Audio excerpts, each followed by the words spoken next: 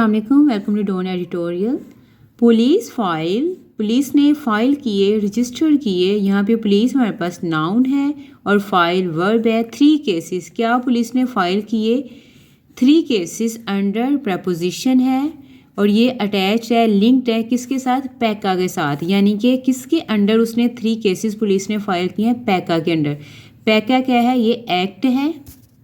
ये एक्ट क्या है? The prevention of electronic crimes act, ठीक है। और ये PECA is a law in Pakistan that defines and penalise electronic crimes. It was pass in 2016, ठीक है। ये 2016 में पास किया गया। ये एक लॉ है, एक्ट है।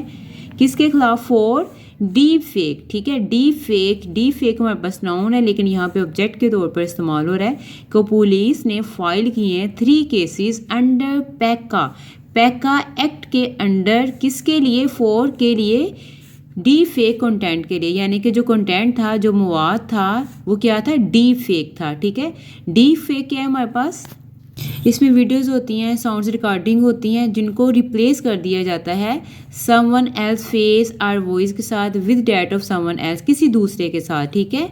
इन आ वे, इस तरह से कि डैट अपीयर्स रियल, कि वो असल लग रही होती है, मतलब वो असल होती नहीं, किसी भी दूसरे के चेहरे या उसकी आवाज़ के साथ तब्दील कर दिया जाता है। और ये हुआ किसके साथ है?